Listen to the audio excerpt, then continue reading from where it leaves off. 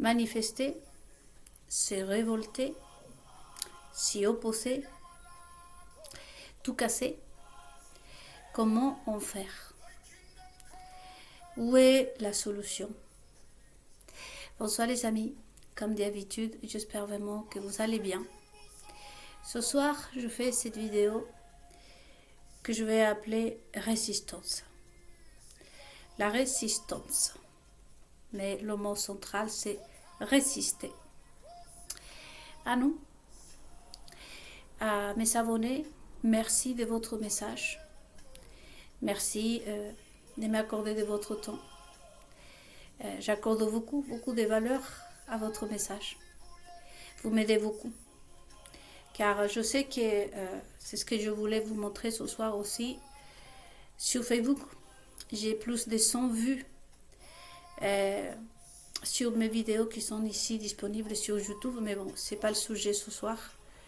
En tout cas, je sais qu'il y a beaucoup de monde qui me regarde. Avant de rentrer dans le sujet, encore une fois, je vous invite à vous qui vous sentez que vous êtes mes adversaires. Je voudrais vous rappeler aujourd'hui que vous êtes l'ennemi, votre propre ennemi. Mais si tel est votre choix, moi je ne vais pas insister. Je disais dans une vidéo en espagnol, je ne vais pas passer ma vie à vous prêcher à vous. Ce que vous dites, d'ailleurs que vous dites, représentant du royaume des cieux. Moi, c'est très rare les appels que je vous passerai. Mais je vous rappelle, juste que si vous pensez que vous êtes mes ennemis, les ennemis du peuple, non, vous êtes vos propres ennemis. D'accord? C'est bon. Donc, à mes amis, bien évidemment, surtout les Français, ce peuple merveilleux, et puis tous mes amis de l'Afrique. Et je suis super contente, vous savez, autant pour votre soutien, parce que je vous dis encore une fois, il y en a qui s'abonnent ici et qui sont courageux, et qui sont des vraies personnes, qui craignent Dieu et qui s'aiment. Car la conduite à des gens, voyez-vous, il y a beaucoup de monde qui voudrait faire du bien, tout en faisant le mal. Il y a des pasteurs ici, il y a des juifs, il y a des gens qui viennent ici. Et l'intention est vraiment apprendre le vrai évangile pour ceux qui sont chrétiens. Et pour ceux qui sont juifs, certainement apprendre beaucoup plus à connaître Israël. C'est une bonne intention, n'est-ce pas? Mais ensuite après, la façon dans laquelle le font, c'est là que ça gâche tout en fait. Puisque c'est interdit par la Bible. Et ensuite après, en se cachant, en ne me donnant pas ce qui m'appartient. Parce que me reconnaître la personne à qui je suis, c'est aussi reconnaître l'envoyé de Dieu. Le respect pour ce Dieu, la obéissance à Dieu. Et rapidement, Israël, il a ce gros problème depuis toujours, les Juifs. Qu'on a du mal à convaincre quand quelqu'un vient de la part de Dieu. Mais par contre, à ceux qui viennent d'ailleurs, généralement le Juif traditionnel n'hésite pas à ouvrir les portes de sa maison. Je vous laisse à méditer à vous, les vrais Juifs du peuple. Et après, on se plaint. Donc à nous, merci beaucoup à mes courageux abonnés. Et même s'il y avait personne, vous savez, je vais continuer parce que je ne fais pas ça pour moi, ni pour personne. Mais vraiment, merci beaucoup. Vraiment, merci beaucoup. Vous me rendez heureuse. Donc à nous. On va rentrer dans le sujet. Je disais révolte à manif à opposition. Quoi faire? Comment en faire aujourd'hui? Et je dirais pas aujourd'hui. Et je vous dis ça parce que c'est des questions qu'on m'a déjà posées. Et je vous disais que je vais vous donner certains outils, si je peux le dire de cette façon, de résistance. Et dans un monde d'aujourd'hui, ça, on aurait dû le faire il y a longtemps. Et je laisse une vidéo en espagnol pour nos copains latinos. Et comme je vous disais à vous, mes amis français, j'ai partagé la méditation, genre votre précis et donc fait la moche, alors que c'est votre argent. C'est important aujourd'hui que tout le monde soit au courant, comme vous savez tout sur le Chili, et encore j'ai pas terminé de transmettre tellement d'autres choses que ça se passe en ce moment en Argentine, au Chili, et tout ça, ça nous aide. J'étais en train de raconter à mes amis du Chili, enfin de l'Amérique, non, ce qui s'est passé aux États-Unis. Il y a eu un bâtiment qui faisait partie de l'entourage, on va dire, des tours jumelles. Bon, je vous laisse faire le lien. Hein. Un bâtiment qui s'est construit il y a je ne sais pas combien de temps. Je ne pense pas que c'était avec les mêmes matériaux. Le truc, c'est que des ingénieurs, certainement des avocats, parce qu'il y a un paquet de gens qui interviennent dans une construction, dans une décision de ce genre. Ils ont décidé, ces personnes intelligentes que j'appelle toujours, je dis toujours la Silicon Valley, de toutes ces personnes à génie, machin truc là, ils ont décidé de rajouter des étages à un de ces bâtiments qui faisait partie des alentours des tours jumelles. On en parle où il y a eu presque un tremblement de terre. Et je ne sais pas comment ces bâtiments tiennent debout. Et en plus, hein, ces personnes intelligentes qui nous dirigent se permettent de construire sur une construction. Je vous laisse à méditer. Et vraiment. Donc, tout ça, je leur disais à mes amis, les latinos, je ne sais pas si vous avez entendu en France cette information. Et de là, qu'est-ce qu'il faut retenir pour nous?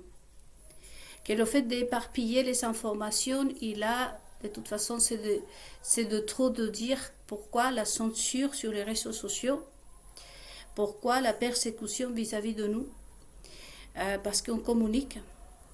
Car la plupart des personnes qui travaillaient dans ce bâtiment qui étaient destinées, vous savez à quoi était destiné ce bâtiment?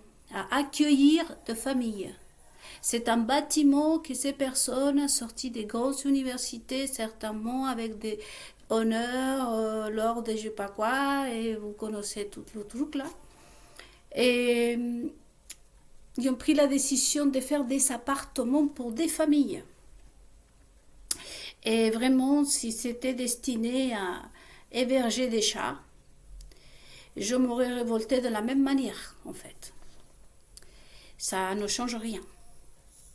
Mais là, c'était des familles, hein, des femmes enceintes, des personnes de tout âge, des jeunes étudiants qui allaient habiter. Et ils ont décidé de construire sur une construction. Rajouter des étages à un bâtiment. Si déjà c'est moche, si je prends ce t-shirt et je rajoute un truc là, un morceau, hein, imaginez-vous un bâtiment. Et qu'est-ce qui s'est passé? Il a commencé à s'écouler. Ça, il y a ça. Ensuite, il y a le fait de nos informations. Le fait que toutes ces personnes qui travaillaient là, dans ce bâtiment, ils avaient entendu tous les récits des complotistes, on va dire, de ces pompiers qui sont américains, de ces témoins incognito, certainement des scientifiques, des pompiers, des plein de personnes qui qui ont osé parler et que beaucoup d'entre eux sont payés avec leur vie. Des youtubeurs, des personnes comme nous, qu'on ose parler, qu'on ose informer nos frères, nos semblables. Car pour tous ceux qui sont juifs et chrétiens, c'est un des commandements le plus important pour nous, hein, veiller pour son semblable. Donc toutes ces personnes-là qui ont osé parler, grâce à eux, toutes ces personnes qui étaient en train de travailler, vous savez, ils sont sortis sains et saufs. Parce qu'eux, ils n'ont pas prêté attention à les consignes que cette fois l'ont donné, je ne vais pas me mentionner, mais les concernés. Hein. Nous, on sait dans les témoignages de la tour jumelle, et nous avons tous des connus de partout, et c'est une vérité qu'ils ont empêché les gens de sortir. Il y a eu un groupe de professionnels, plusieurs groupes de professionnels, il y avait des gens qui voulaient sortir et commençaient à courir par les escaliers, malgré que c'était un peu tordu, machin, le truc là, mais ils pouvaient échapper. Ils l'ont empêché. Ils l'ont empêché parce qu'ils ont dit que quelqu'un allait venir les récupérer. On a tous entendu les témoignages de ces personnes. Et qu'est-ce qui s'est passé? Que finalement, se sont retrouvés rattrapés dedans, attrapés. Et ils n'ont plus eu le choix que de sauter par la fenêtre. Et après, on sait toutes les personnes qui ont décédé, qui ont perdu la vie là. Et après cette histoire, et toutes ces personnes, en majorité des latinos qui étaient là, ils n'ont pas hésité, ils n'ont obéi à personne. Beaucoup d'entre eux disaient, d'après les témoignages qu'on a entendus pour tout ce qui s'est passé à la tour jumelle, moi, néanmoins, beaucoup sont dit, je n'ai même pas pris en compte ce que m'a dit la police, ni n'importe, j'ai foncé, j'ai sauvé ma vie. Donc, combien c'est important qu'aujourd'hui, nous, on continue dans cette lutte. Parce que ce n'est pas la lutte contre ces personnes-là. C'est le mal. C'est vraiment le mal incarné. Vous voyez votre premier homme. Et là, vous avez un mal qui est incarné, c'est-à-dire le mal qui se présente face à vous avec une chair humaine.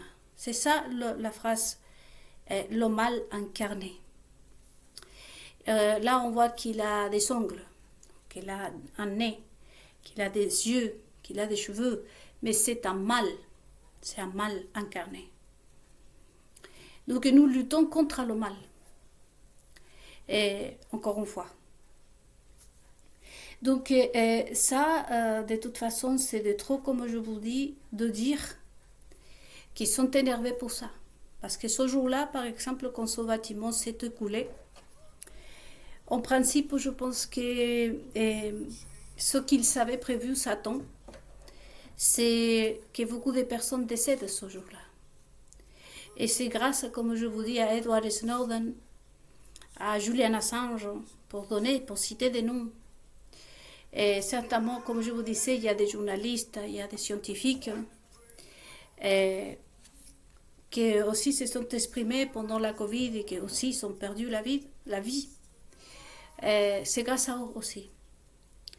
Ils ne sont plus là, mais voyez, nous tous aujourd'hui, on est en sécurité par-ci, par-là, grâce à tout ce qu'on entend. Je voulais vous transmettre les Français et je me permets de vous inviter. Comme d'habitude, je ne sais qui peut-être pour vous inviter à vraiment vous connecter encore plus avec le peuple français. Une autre de notre grande victoire à nous, c'est pas simplement ça. C'est pour ça que je vais partager avec vous toutes mes histoires, pas toutes, mais une grande partie de mes histoires chiliennes, argentines avec vous. Et j'espère que c'est parti éparpillé dans le monde entier. Et comme aujourd'hui, je partage avec les Latinos ce qui passe en France. Et ainsi, ceux qui sont aux États-Unis nous partagent ce qui se passe aux États-Unis. Et ça nous permet à tous de nous mettre à l'abri. C'est toujours le peuple qui est en train d'aider le peuple. Et ça, c'est une grande victoire parce qu'aujourd'hui, je vois du monde et je vois que la France a changé. Même peut-être que vous ne l'avez pas remarqué, mais je le remarque parce que quand je suis arrivée en France, je peux dire que c'est ça en fait. Euh, Quelqu'un me disait, quand je raconte mon histoire, me dit, euh, tu pourrais penser que on était raciste. Hein. Quelqu'un m'a posé la question, il m'a dit, est-ce que tu penses que tu as vécu le racisme? Et ma réponse, ça va vous surprendre à vous aussi. Ou peut-être pas.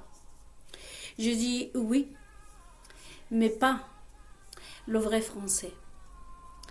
Et j'étais discriminée et victime de discrimination et de racisme à la même hauteur qu'il en était les gilets jaunes. J'ai vécu le même racisme et la même discrimination. Car je pensais comme vous. Car je pense comme vous. Et je ne peux pas me dire que j'étais victime du racisme en France. Non, ça c'est faux. Mais j'étais aussi dans la même chaise que tous les Français. Et pour moi, ça c'est un privilège. C'est un honneur de faire partie des bons plutôt que des ennemis de ce merveilleux pays. Et donc, ça c'est quelque chose d'incroyable. Et je remarque qu'à l'époque, quand je parlais, c'est vrai qu'on m'a agressé. Hein. Je vous ai dit qu'on m'a beaucoup agressé en France. Mais aujourd'hui, je suis étonnée, émue même. Vous savez que je suis quelqu'un de très sensible. Et de réaction des Français et des Françaises. Des personnes qui n'ont pas du mal aujourd'hui à y croire que, par exemple, des présidents peuvent être des véritables patrons des prostitutions, qui prostituent, des propos délinquants qui sont censés au même persécuter. C'est comme si moi, j'ai un oiseau ici qui fait du bruit. Et moi-même, je sors dans la rue en disant, dans mon bâtiment, il y a un oiseau qui fait du bruit. C'est mon oiseau et c'est moi qui est en train de faire une guerre contre le propre oiseau. Donc avant de dire ça, dire que par exemple à travers la télévision on vous espionne, c'était des insultes qu'on m'ont balancé à la figure. Beaucoup de fois on m'a dit, rentre chez toi, la chilienne, tu devrais apprendre le français. Mais il y a beaucoup d'autres choses. Hein. Mais aujourd'hui, ça a changé, je vous dis. Les gens, la seule chose que je dis, il faut rester dans le réel quand même. Mais les gens sont très, très, très accueillants aujourd'hui. Et c'est comme si finalement c'était cette chose-là qui lui manquait, voyez. Ça leur manquait. Il y avait quelque chose qui collait pas, qui allait pas, et là ils sont obtenus réponse. Et c'est une très très bonne chose. Et j'entendais un youtubeur, beaucoup français, dire que si aujourd'hui toutes ces lois qui sont passées précipitées et tout, c'est parce qu'ils ont peur, oui. Ils sont morts de peur. Et c'est pour ça que ce soir, si la vidéo doit être en 2 parties, les amis, c'est très très important parce qu'après cette vidéo, ils auront vraiment du mal à dormir, je vous dis. Parce que déjà, première chose, il n'y a pas de frontière entre nous. Croyez-moi que les Chiliens n'aiment pas, personne aime être pris pour des idiots. Et ça fait mal. Parce que les Espagnols, c'est pareil, quand il y a eu la riada, les inondations en Espagne, les Espagnols pleuraient, c'est eux-mêmes, le peuple eux-mêmes, qui sont déterrés les cadavres des autres personnes du village, des citoyens. Leur reine a apparu en train de faire attention de ne pas tomber dans la bouée, de ne pas tacher sa robe, Christian Dior, je suppose. Et surtout en train de voir l'endroit où pouvait c'est photographié hein, pour le magazine Hola, Ogala ou Paris Matin en France. Hein. Ce sont les mêmes partout. Hein. Ce sont les mêmes. Et avant, ils avaient vraiment un grand avantage. Savoir que bon, il y avait les ignorants. Les Chiliens voyaient arriver votre président en France et le propre président chilien, les propres riches chiliens leur disaient bah, nous sommes pauvres, nous sommes les Chiliens, vous rien. Et bien sûr qu'eux-mêmes mettaient sur le pédestal un pédo comme votre président, voyez. Et aujourd'hui, bah, les Chiliens le savent. Hein. Les Chiliens, ils vont venir, il va un Français, boulanger, un pâtissier, peu importe, un serveur français, va venir au Chili, il va être reçu, bien reçu. Mais votre majesté, là, et il fallait voir ce qu'ils ont dit, les Argentins et les Chiliens l'ont carrément mis à la porte.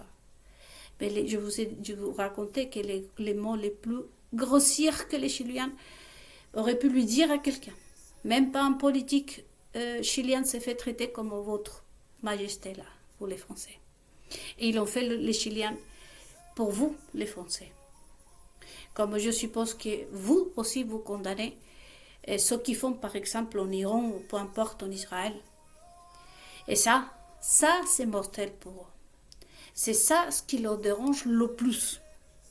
Parce que bien entendu, avant, hein, monsieur le premier ministre d'Israël allait aux États-Unis et les Juifs qui étaient là-bas, alléluia, hein, et les autres, les Américains, autres bandes d'ignorants, ah, le premier ministre, hein, et vice-versa. Votre président allait au Chili, et les Chiliens, comme des idiots. Le président américain venait en France, l'Amérique, hein. Mais aujourd'hui, on sait que nous savons qui sont ces gens, pour pas dire ces sourdures. On nous a pris à tous pour des bêtes. Et il faut retenir ça, les amis. Mais aujourd'hui, on sait, hein, nous aussi, puisque eux, ils se sont amusés à nous séparer, à nous laisser que l'élite et les peuples, pas de problème.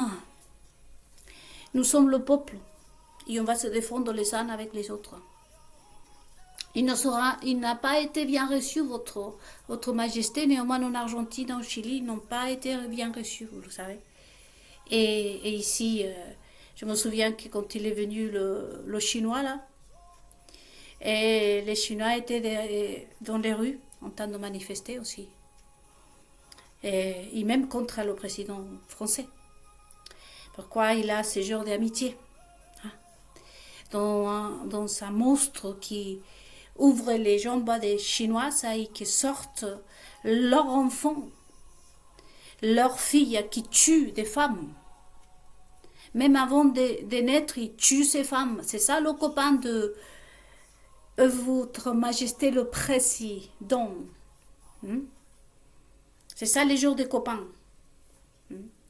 Et ça ne représente absolument pas le peuple français, bien évidemment. Donc ça, c'est la première chose à retenir, les amis. Et il faut continuer, bien évidemment, sur cette voie. Nous, les peuples, nous avons vu déjà, hein, la propreté, la valeur, notre valeur. Ce qui s'est passé à Bordeaux, ici, en Île-de-France, bah, c'est vieux comme le monde. Mais c'est toujours la même histoire. Le peuple aide le peuple. Oh, ils sont là pour frimer, hein, entre potes, entre copains. Détruire le peuple. Donc ça, c'est une des choses qui déjà, ils sont perdus. Vous savez que ça est première chose, dans cette méditation, je vous disais, résister. Première chose, Ça, c'est irrécupérable pour eux. Notez-le bien parce que c'est ce qu'on va traiter ce soir. Irrécupérable. C'est-à-dire qu'aujourd'hui, aucun pays du monde va idéaliser quelqu'un d'autre. Vous savez très bien que quand Donald Trump vient ici déjà, il n'y a que son meilleur ami, ses meilleurs amis, hein, les deux qui se disent première dame à la grande amitié entre elles et toutes les deux, qui sont main dans la main. Je suppose qu'ils sont couchés ensemble parce qu'on a vu Mélanie à côté d'une femme. Donc je suppose qu'entre eux, voilà, pour se permettre de toucher et tout. La grande amitié. Mais je ne peux pas dire que Donald Trump soit le grand ami du peuple français.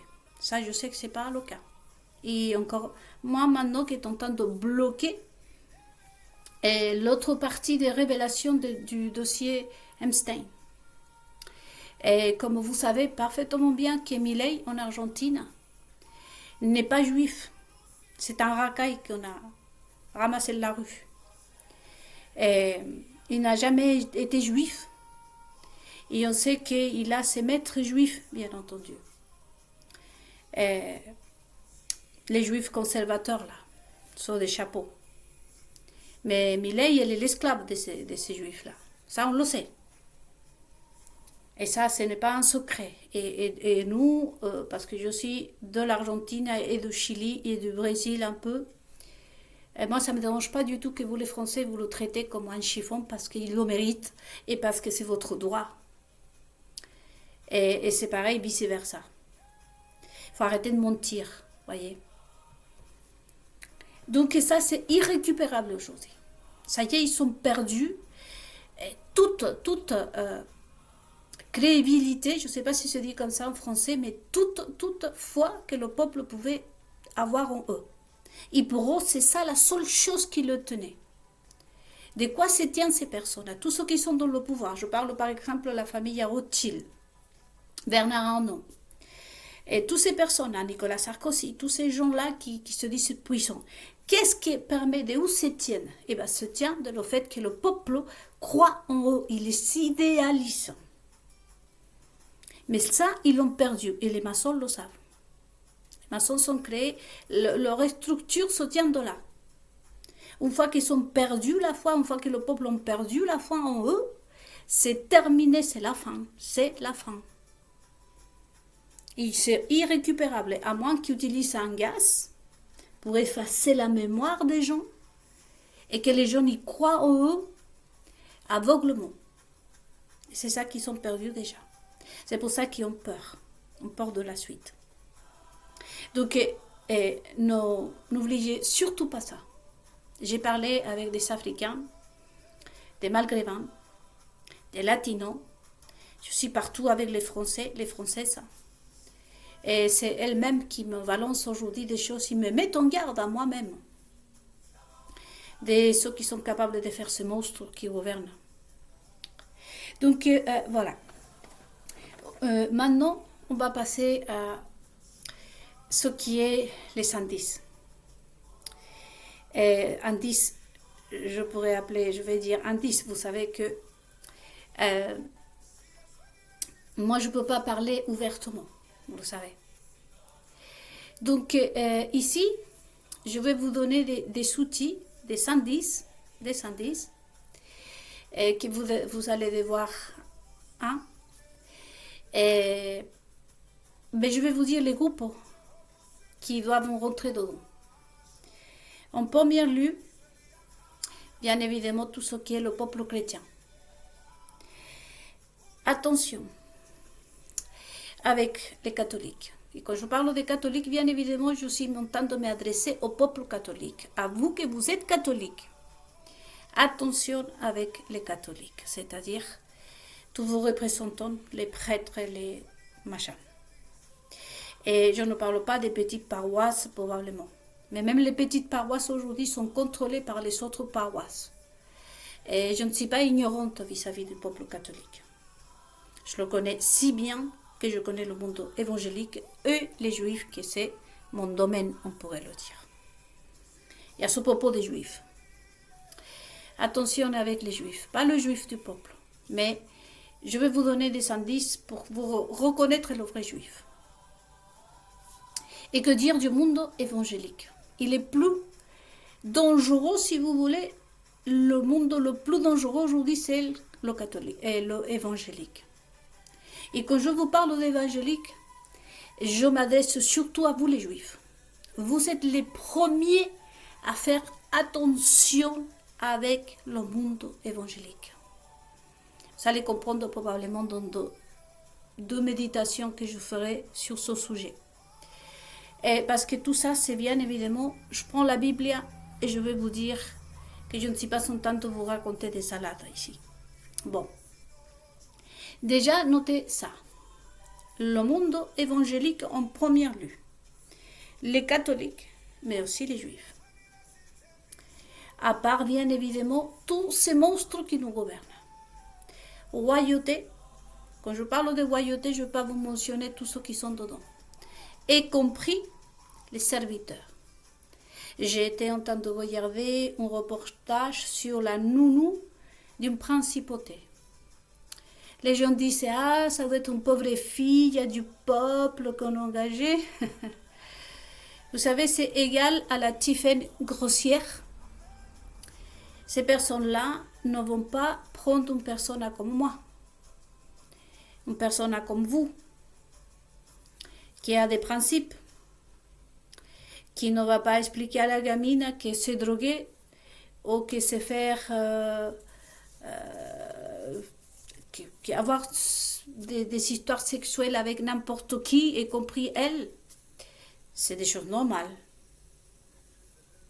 Nous, on ne peut pas travailler pour ces personnes-là. Donc, quand je parle de royauté, je ne dis pas que ceux qui sont à la tête, sinon aussi tous ceux qui servent, qui composent ce monde, chauffeurs, nounous, cuisiniers, garde du... Enfin, bref, ce n'est pas des gars fréquentables. Ce ne sont pas des personnes toutes blanches. Le savez-vous? Et vous savez que beaucoup de ces personnes-là, ce sont qui sont anonymes, ils vont acheter à manger. Ils n'auront pas que ces services-là. Vous savez, je vais faire un exemple. Imaginez-vous que je suis la reine Annelida. Et j'ai mon serviteur. Je peux lui dire aussi à mon serviteur, tu sais, tu vas aller, après tout, vous ne le connaissez pas. Je peux lui dire, tu vas chez quelqu'un et tu l'attends à la sortie de la porte et tu la frappes. Ni vu ni connu. On va chercher le coupable. Le coupable, c'est moi. Mais j'ai envoyé quelqu'un. Beaucoup de personnes qui se font voler. Il y avait une coiffeuse une fois où j'étais allée me faire coiffer. Il m'a dit que son homme avait travaillé dur pour économiser avec elle. Il savait acheter à peu près 3 000 € en luxe. C'était son rêve. Il avait économisé depuis tout jeune. Et il allait se payer un voyage. Et il m'a dit qu'ils sont rentrés chez eux. Ils ont tout volé. Et bien évidemment, le voleur n'est jamais attrapé. Qui pensez-vous qui ont tellement d'informations, qui sait à quelle heure vous vous couchez, qui vous va en direct là? Hein? Les voisins, non, c'est pas possible. Je vous laisse à méditer puisque je ne veux pas être trop claire. Mais méditez les amis. Je viens de vous faire un exemple si je serais princesse. Si je veux rester unique au monde. Et aujourd'hui, je continue à penser à Tiffen grossière là. Aussitôt je mets un t-shirt, aussitôt Bernard Arnault le sort dans le marché. Parce qu'un des buts, c'est un de ses buts, un de ses objectifs, c'est malade, détraqué, et drogaïman, comme disait une youtubeuse. Et c'est de vraiment rester unique. Vous savez qu'elles veulent rester uniques, que le peuple puisse les suivre. Et surtout pas une Chilienne en France. Parce que Bernard Arnault, c'est une des personnes qui a été hyper raciste avec moi. Tous les journalistes, vous savez, ce sont des racistes et des antisémites parce que je suis juive. Donc, du coup, ils n'acceptent pas qu'une Chilienne puisse avoir une idée de vêtements. Donc, aussitôt je mets ça, aussitôt la fabrique, il la remet au marché. Et pour pas que je sois unique, en fait. Il y a beaucoup de ces choses-là, sont malades, sont malades. Pour ceux qui ont vu la vidéo de Charlotte,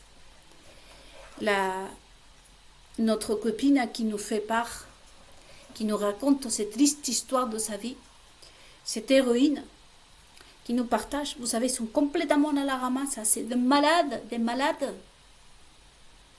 Ce sont des détraqués, imaginez-vous que la cocaïne, et moi, je vous ai dit que les dépendances, ça sont mes trucs à moi. Et s'il y a un addictologue, vous connaissez un addictologue, renseignez-vous aussi auprès de lui. Parce qu'il y a des différences entre les drogues. La cocaïne, Charlotte vous l'a dit, la cocaïne, c'est ce qui permet de faire des choses que vous, en sain d'esprit, vous ne ferez pas. Et donc, c'est pour ça qu'on les injecte. Pour qu'ils fassent ce que personne n'aurait des choses extraordinaires. Comme je vous dis encore une fois, imaginons que je sois la reine du Chili. Et j'ai envie de frapper une fille où je ne veux que personne apporte un t-shirt comme ça. Il y a une dame qui a créé un t-shirt comme ça et je lui dis va la frapper, tu l'arraches son t-shirt. Parce que tout simplement parce que je voudrais rester moi la seule qui porte ce t-shirt. Ces choses-là, on arrive à le faire sous les effets de la cocaïne. Vous avez vu que votre précis donne. Je pense que c'était en 2022 ou 2023. Il y a une vidéo qui est sur internet qui bien évidemment, on le retrouve à Paris en train de courir derrière la soi-disant femme, derrière son mec. Et vous pensez pourquoi cet homme-là va s'échapper? Si ce n'est que c'était sous l'effet de la cocaïne, sous l'effet des drogues.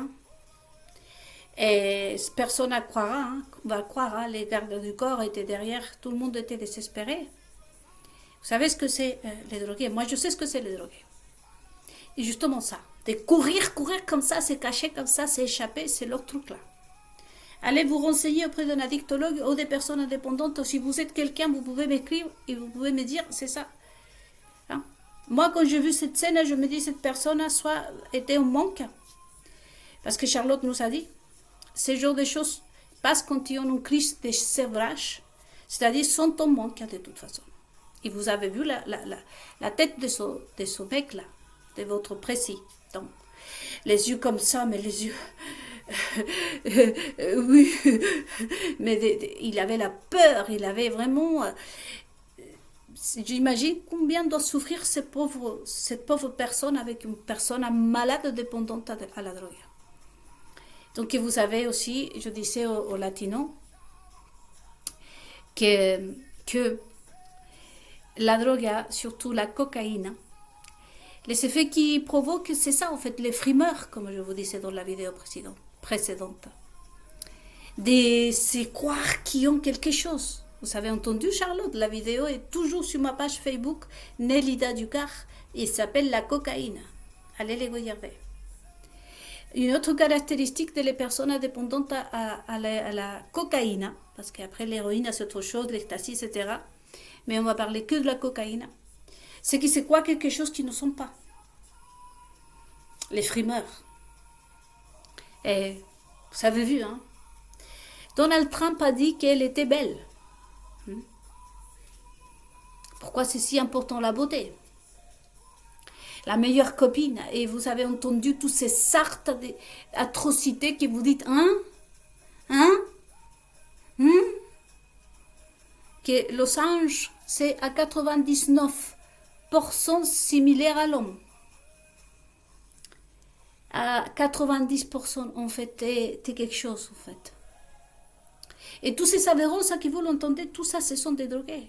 Les maçons le savent, Einstein l'a dit. A dit, ils ne peuvent pas avoir des gens comme nous. Parce que déjà, pour moi, c'est une honte de dire des bêtises de ce genre, en fait. Surtout aujourd'hui avec Internet, surtout qu'on voit sa gueule, on dit, mais quelque chose si moche, horrible. Comment Donald Trump va dire telle chose? Comment les gens vont la trouver chic, vont la trouver jolie, vont la trouver belle? Est-ce que c'est inconcevable? Moi, je ne pourrais jamais manger avec ces gens-là, je ne la considère pas, vous voyez?